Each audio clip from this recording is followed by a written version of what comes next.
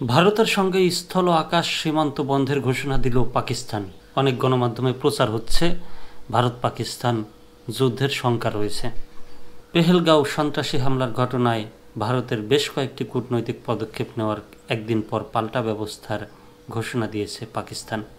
দেশটির মধ্য দিয়ে তৃতীয় কোনো দেশের সঙ্গে ভারতের সব ধরনের বাণিজ্য স্থগিত করেছে ইসলামাবাদ। বৃহস্পতিবার প্রধানমন্ত্রী শেহবাজ শরীফের নেতৃত্বে জাতীয় নিরাপত্তা কমিটির বৈঠকের পর পাকিস্তান থেকে প্রক্রিয়া জানানো হয়।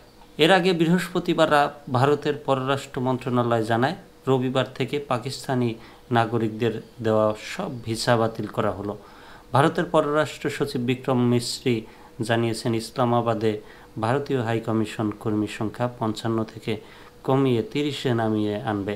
নয়াদিল্লিতে পাক হাইকমিশনের প্রতিরক্ষা উপদেষ্টাদের নন গ্রাটা ঘোষণা করে দেশ ছাড়ার নির্দেশ দেওয়া হয়েছে।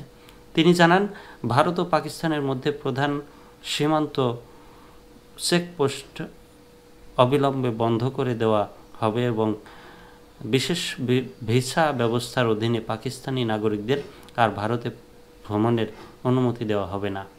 কেন্দ্রের ৪৮ ঘণ্টার সময়সীমা মেনে বৃহস্পতিবার অমৃতসরের আটারি ওঘুয়া স্থলপথ দিয়ে বাড়ি ফিরতে শুরু করেন বেশ কয়েকজন পাকিস্তানি নাগরিক।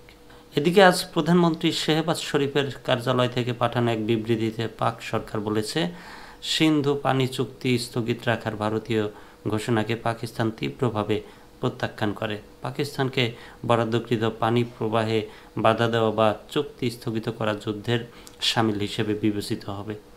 পাকিস্তান দেশটিতে থাকা ভারতীয় সামরিক উপদেষ্টার ৩০ এপ্রিলের মধ্যে চলে যাওয়ার নির্দেশ দিয়েছে। এছাড়া পাকিস্তানের ভেতর দিয়ে তৃতীয় কোনো দেশের সঙ্গে ভারতের সব ধরনের বাণিজ্য অবিলম্বে স্থগিত করা হয়েছে।